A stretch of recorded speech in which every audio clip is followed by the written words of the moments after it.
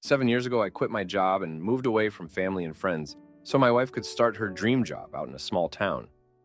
About over 2 years ago, my wife got a big promotion, which was 1 hour outside of town, and it came with a workhouse. 2 months in, she said she wanted to separate. She said, "I love you like how I love a friend or my favorite piece of furniture." I did the dumb thing and begged and pleaded with her to stay and try. She said she would try, but no therapy, and she hated how I worked nights. I changed to a day job, and she said that it didn't work. So while I worked in town and looked after the kids during the week, she would come home on the weekends, sometimes saying, "I love you," spending time with me and cuddling. Then, for a month or two, she would be cold and distant. If I tried to talk about us, she would shut down. So began the shoot roller coaster. The house in town was being subsidized and rented in her name, so I was a bit stuck, knowing that I couldn't afford to rent my own place.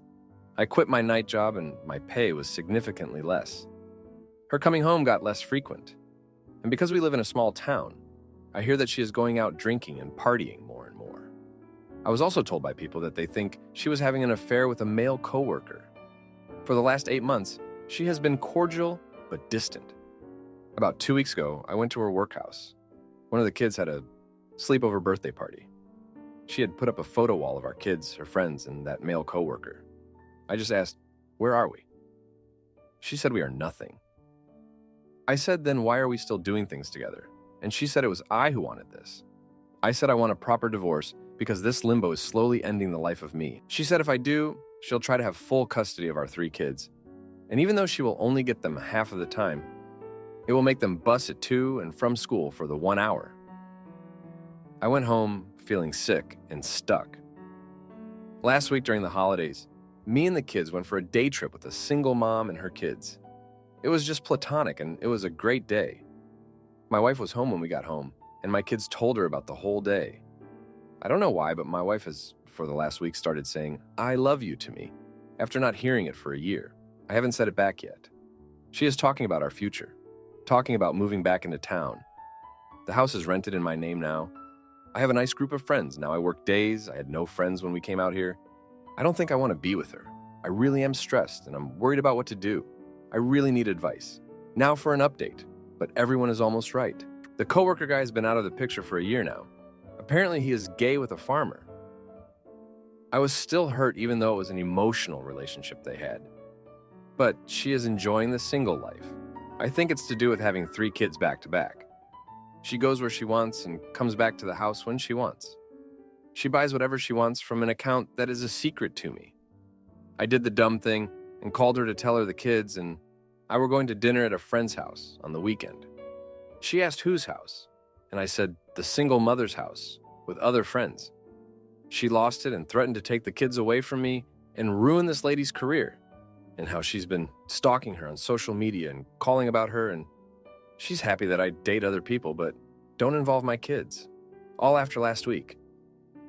She said I was cold to her trying over the week, and I said I didn't even know why she started after months of treating me like a stranger. I'll state again, this person is just a work friend and has her own kids to worry about. She ranted about that she doesn't need to be replaced, and the kids don't need a new mom, and she's their mom. I responded that she has had the kids over the 2-year period at her workplace about 8 times, and all the times she just hasn't come home for the weekend, or the time she just sits in our room with the door closed being on her phone. She said that coming into the house gives her sad memories, and that's why she did not want to see our kids as much. She also said this lady will get the new and improved me, and not the old me she had to deal with. That she has made my life miserable for the last 2 years, and was happy I found someone else. I said, nope, I didn't find anyone else, and this is all in your head. She sent messages stating she wants the kids 50/50ths, and will put them on the 1.5-hour bus ride to school in the morning, and we have to be legal about it all. I spent the whole night talking to her and pleading to not punish our kids. I canceled the dinner, and I didn't get to do anything except feed my kids dinner. We don't own anything except household goods and 2 cars half paid off. We have $2,000 in savings, and that's it. I don't know if she has extra stashed away. Through here, I'm venting and my work provides therapy, so I'm going to start that. To add to the 5 people that said this is fake, I really wish it was. She was my world, and I still believe it could go back to how it was up until a few months ago. Ask any questions, I will respond. Now for a few comments before the update. Comment 1. Just get the divorce. Likely that your wife's boyfriend or affair partner is done with her and she saw the light once the affair fog wore off. You don't deserve to be a backup or settled for. End this and maintain a cordial as possible co-parenting relationship. Comment 2. Get a divorce and collect child support. And it's unlikely they'll grant her primary custody when she's away most of the time. Are the kids in school? Now for the update. Thanks for all the comments from the last post. So, after that whole mess with my wife threatening to take the kids away and ruin the single mom's career, things got even more complicated. I decided to take a step back and really think about what I wanted and what was best for the kids. I mean, I can't keep living in this limbo, and it's not fair to them either. 3 days ago, I got a call from my wife's boss. He wanted to meet up and discuss something important. I was confused but agreed to meet him at a local coffee shop. When I got there, he looked serious and a bit uncomfortable. He told me that my wife had been using company funds for personal expenses, and they were considering firing her. He said he wanted to give me a heads up because he knew it would affect our family. I was shocked. I mean, I knew she had a secret account, but I didn't realize she was stealing from her job. This put me in a really tough spot. If she lost her job, we'd be in even more financial trouble and the kids would suffer. But at the same time, I couldn't just ignore what she was doing. I thanked him for letting me know and promised to talk to her about it. When I got home, I confronted her. She denied it at first, but when I told her that her boss had already spoken to me, she broke down and admitted everything. She said she was desperate and didn't know how else to keep up with her lifestyle. She begged me not to tell anyone and promised to pay back the money. I was furious, but also felt sorry for her. I told her she needed to come clean to her boss and face the consequences. She agreed, but I could tell she was scared. The next day, she went to her boss and confessed. They decided to give her a chance to pay back the money instead of firing her, but she was put on probation. This was a huge relief, but it also made me realize how messed up our situation was. I mean, why did we get here? That night, I couldn't sleep. I kept thinking about everything that had happened over the past few years. I remembered how happy we were when we first moved to this small town. We had dreams and plans for the future. But somewhere along the way, things went wrong. I started to wonder if there was something I could have done differently. Maybe if I'd been more supportive, or if we had gone to therapy, things would have been different. But then I remembered something my dad told me when I was a kid. He said, "You can't change the past, but you can learn from it and make better choices for the future." I realized that I needed to focus on what was best for the kids and myself. I couldn't keep holding on to the past and hoping things would go back to the way they were. The next morning, I sat down with my wife and told her that I wanted a divorce. I said we needed to figure out a way to co-parent without making the kids suffer. She was upset, but agreed that it was the best thing for everyone. We decided to go to a mediator to work out the details. Over the next few days, we started the process of separating our lives. It was hard, but it also felt like a weight was being lifted off my shoulders. I realized that I had been holding on to a relationship that was already over. It was time to move on and focus on building a better future for myself and the kids.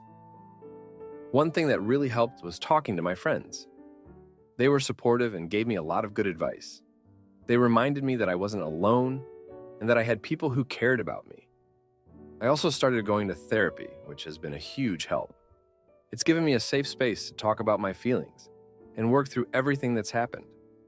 As for the single mom, we decided to keep things strictly platonic for now. I explained the situation to her and she was very understanding. We still hang out with our kids, but we're careful not to give my wife any reason to get upset. I don't know what the future holds, but for now, I'm focusing on getting through the divorce and making sure the kids are okay. Looking back, I realized that my wife and I both made mistakes. We let our relationship fall apart and didn't do enough to fix it. But I also know that we can't change the past. All we can do is learn from it and try to make better choices moving forward. Thanks for reading. Am I the idiot for refusing to invite my best friend and her baby on our child-free adventures? So my 29-year-old, 29, female, best friend since middle school, 29, female, had a baby with her 30-year-old husband, M30. It was an unplanned pregnancy, but they are very happy. We spent all fall celebrating their very rushed engagement, wedding, and baby shower. It was very time-consuming and expensive for us. But we were happy to celebrate with them, and we are so happy to see how happy this baby has made them. I was asked to be the godmother, and it was truly such an honor. Before the baby, the four of us would do everything together. We would spend at least 2 to 3 evenings a week with them having dinner, spending almost every weekend together. We would go on vacation to Europe and to the beach together. My partner, 29, male, and I are child-free by choice. We have no interest in having children ever. We don't even want a dog because that's too much work and commitment. We love to travel and have adventures like scuba diving and mountain climbing. We, on occasion, like to take psychedelics. All stuff that is not exactly kid-friendly. Now we are wanting to travel, but our friends can't understand why we aren't inviting them to come with us. They mention how easy it is to travel with the baby and their dog, and they insist we can still do fun stuff like swimming in the beach. But the thing is, I don't want to be stuck hearing a baby scream and cry every night. It's fine going over to their house to visit, but we can leave when we get too tired of it. And I don't want to be beholden to the needs of their child. They chose to have a kid. We didn't. Finally, they loved to mention how great we'd be as parents and how they just want their kid to have other kids to play with. It's so annoying and frankly disrespectful. It makes me not want to be around them. I don't want to push them away, and I love how happy they are, but it's too much. We are both afraid we will say something that will insult or offend them or make them think we don't want to be around them because of their child. It's not the baby that's the problem. I actually like snuggling and playing with the kid. It's their insistence that we are in this together and that nothing has changed that is the problem. To add, since everyone keeps bringing up the whole godparent thing, we actually spoke about it before accepting the godparent's position. We were nervous to accept because we didn't want to be assumed guardians in their will, which they confirmed their child would go to an aunt/uncle or grandparents. It's more of a symbolic gesture. We haven't abandoned them. We still see them at least once a week, if not more. People keep saying I'm a terrible friend for ghosting them. We still hang out with them way more than the average adult friendship. We are very involved in their lives still and in the life of their child. Finally, the baby is 8 months old now. They tell me the baby still doesn't sleep through the night. I'm not making assumptions. This is what they have told me. Now for a few comments before the update. Comment 1. This is the way of life. I had my children early. I have one friend that started having kids when I started having grandkids, and another that started her family after that. Both are the same age as me. You just find that life takes a hold of you like a strong wind on a sailboat, and you are in 2 different worlds. It doesn't mean that you don't love and care for them, but you just need to make it clear that you are not on the same path. Friendships go through ups and downs. Now I am retired and most of my friends are still working. People are in our lives for seasons in general. We don't get many that stick with us a lifetime. These are painful lessons on both sides of the friendship. I would state boundaries very clearly. We don't want to deal with a baby on vacation. We aren't having children. It's hard when life changes and people don't want to let us go. Maybe your paths will align again in the future. Be honest, be kind, be firm. Comment 2. Your friends have become parents. Their lives and their priorities have now irrevocably changed. Maybe in a decade, their children will be old enough to be left with a sitter while you all go away and party. In the meantime, spending time with this young family will mean choosing activities that can include the whole family. In my opinion, there is nothing wrong with your position that you would rather have your vacation include scuba diving, mountain climbing, and doing drugs than include your friends. Vacations are for getting away and doing what you want to do. But there's no way to hold that position and not run the risk of disappointing your friend and making them feel excluded or left behind. This is the cost of choosing priorities. Now, for the update. Hey everyone, a lot has happened since my last post. So, last week my partner and I decided to take a trip to the mountains for some much-needed adventure and relaxation. We didn't invite our friends because honestly, we needed a break from the constant baby talk and the pressure to include them in everything. We thought it would be a good idea to have some time to ourselves, but things didn't go as planned. On the second day of our trip, we got a call from our friends. They were upset that we didn't invite them and felt like we were excluding them from our lives. They mentioned how they had rearranged their schedules, hoping we would ask them to join us. It was awkward, and I felt guilty. But I tried to explain that we needed some time alone. They didn't take it well and hung up abruptly. When we got back, we decided to visit them to clear the air. The tension was evident as soon as we walked in.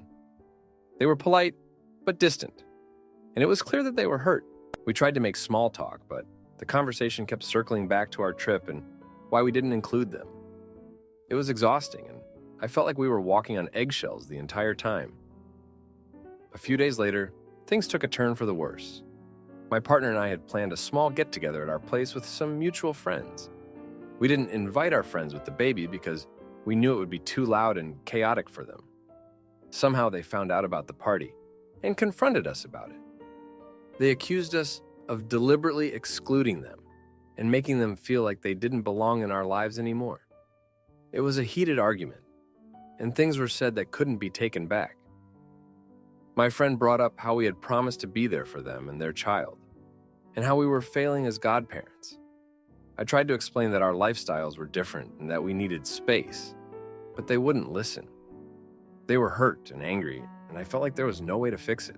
The fallout from that argument has been brutal. We haven't spoken to them since, and it's clear that our friendship is hanging by a thread. I feel terrible, but I also feel like we were being unfairly pressured to change our lives to accommodate theirs. It's a mess, and I don't know how to move forward. In the midst of all this, I've been reflecting on our friendship and how things have changed. My friend and I have known each other since middle school, and we've been through so much together. But looking back, I realized that there were always underlying issues that we never addressed. My friend has always been the type to need constant validation and reassurance, and I've always been more independent. I think these differences have finally caught up with us. One memory that stands out is from a few years ago when we went on a trip to Europe together. My friend was constantly worried about the itinerary and making sure everything was perfect, while I just wanted to go with the flow and enjoy the experience. We had a big fight about it, but we managed to patch things up. I think that trip was a precursor to the issues we're facing now. Another thing that has been bothering me is the pressure to have kids. My friend has always wanted a big family, and I respect that, but it's not what I want for my life. I feel like they're trying to impose their dreams on us, and it's causing a lot of resentment. It's hard to navigate this without hurting their feelings, but I don't see a way around it. As for my partner, he's been supportive but also frustrated. He feels like we're constantly compromising our happiness to accommodate our friends, and he's tired of it. We've had long conversations about whether we should distance ourselves from them, but it's a tough decision. We don't want to lose them, but we also don't want to keep living like this. To make matters worse, my friend's husband has been reaching out to my partner, trying to mend things. While I appreciate the effort, it feels like they're not addressing the root of the problem. They're focusing on the symptoms, not the cause, and it's not helping. My partner's caught in the middle, and it's putting a strain on our relationship. In the end, I don't know what the future holds for our friendship. I want to believe that we can find a way to make it work, but it's hard to see a path forward. The past week has been a wake-up call, and I realize that we need to have some tough conversations if we're going to salvage this relationship. Thanks for reading. Am I the idiot for telling my husband to stay away from his friend's wife after he confessed his feelings for her? My husband is currently a stay-at-home dad, watching our 1-year-old during the day and our 4-year-old when he comes home from school. He met another stay-at-home dad, male, 36, who has a 1-year-old as well, and they have been hanging out all the time. I was very grateful for their relationship because my husband seemed lost as a stay-at-home dad at first. We ended up getting very close with the family and started spending a lot of time with this guy and his wife, female, 30, and kid. It has been about 6 months since we have known them, and this last week I could feel something sort of shifted. My husband and the stay-at-home dad's wife went out together for drinks one night last week. I did not think anything of it. They have both had very hard childhoods and have bonded over that. My husband does not have a lot of friends, and I was honestly just excited that he had someone other than me to talk to. But today I told him I felt like he was not telling me something, and he said he did have something to tell me. We went on a drive, and he said that he has developed feelings for this woman. He said they sort of talked about it on Wednesday. When they went out, it is now Sunday, and that they have been messaging about it throughout the week. I asked him how it came up, and he said it was just very natural, but did not give me details more than that. I asked to read his messages between them from Wednesday to today, and he declined. And that really rubbed me the wrong way. He assured me nothing more had happened. They have just established that there are feelings present, and that there is no intention attached. It just was the right thing to let me know. Here's where I stand. I'm not naive, and I know people develop feelings for people all the time. It would be unnatural not to, and I do not think he is wrong for having them. However, I do not like that they discussed it before discussing it with me and the woman's husband, or that there were days between without us being told. We do not have an open relationship, and we pride ourselves on our honesty with each other, and this felt a little late. Also, I do not fully trust this woman. She has confided in me a lot about the issues between her and her husband, and I worry she is using this as a way to prove a point. She also is very traumatized and likes drama, her words, so I fear she can be a bit toxic. Obviously, this situation is very nuanced. My husband has expressed that he does not want a life without me. But we have been in similar situations before, and I just feel maybe I am not being fair to myself anymore by staying. But he is a great father, and we do have 2 children. So that makes things extremely complicated. Where do I go from here? Now for a few comments before the update. Comment 1, the only way I would stay in the marriage is if the messages are shown. She has to be blocked and never spoken to again, and you will be informing her husband. These 3 things are non-negotiable. If he won't show the message, I would tell him to leave. Either way, I would message her husband. Just been informed by my husband, and I thought you had a right to know. The evening your wife and my husband went out, they confessed feelings for each other.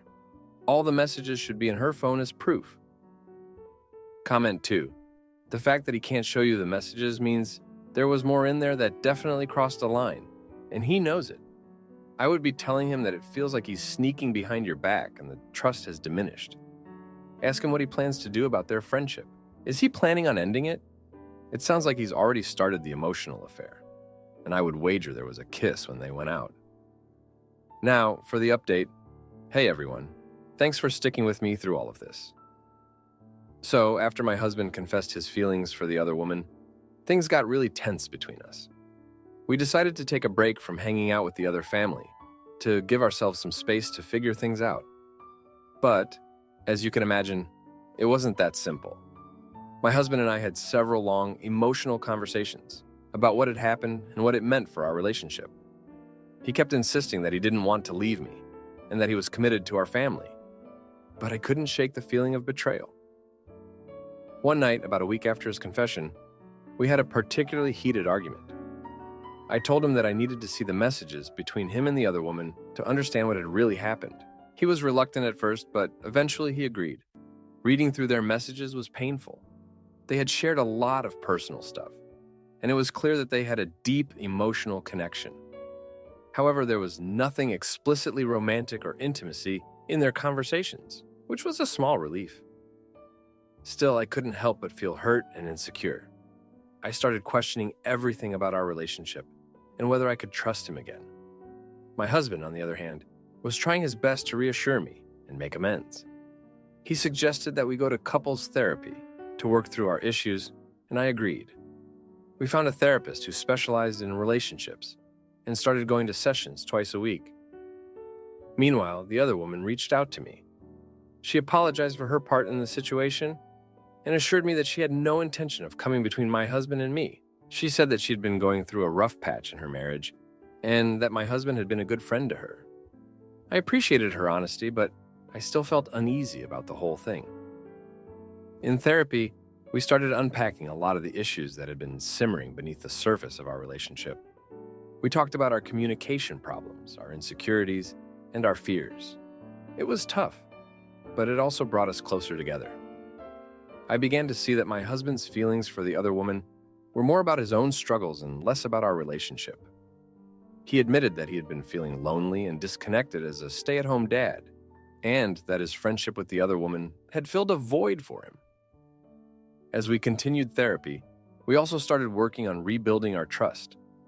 My husband made a conscious effort to be more open and transparent with me, and I tried to be more understanding and supportive. We set some new boundaries, like not spending time alone with the other family for a while, and focusing on our own relationship. About 2 weeks into therapy, something unexpected happened. My husband got a job offer from a company he had applied to months ago. It was a remote position, which meant he could still be at home with the kids, but it also gave him a sense of purpose and fulfillment that he had been missing. He was thrilled, and I could see a positive change in him almost immediately.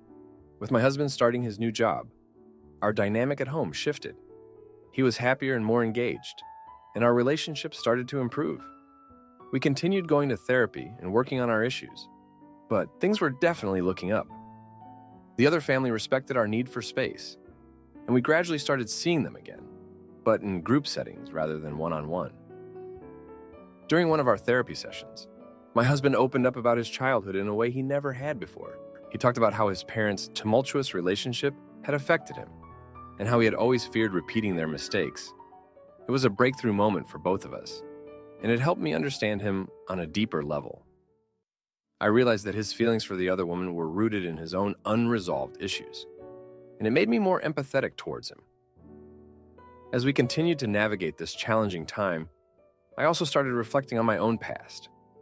I thought about my parents' divorce and how it had shaped my views on relationships and trust. I realized that I had been carrying a lot of baggage from my own childhood, and it was affecting my ability to fully trust my husband. This realization was painful, but it also helped me see that we both had our own demons to face. In the end, the risk we took by confronting this issue head-on and going to therapy paid off. Our relationship isn't perfect, but it's stronger than it was before. We've learned to communicate better, to be more honest with each other, and to support each other through difficult times. My husband's new job has given him a renewed sense of purpose, and our family is in a better place. Thank you for reading. If you like this video, you'll probably like these too. Also, while you're here, please consider subscribing. It's your support that keeps this channel alive and allows me to make better and longer videos. Have a great day.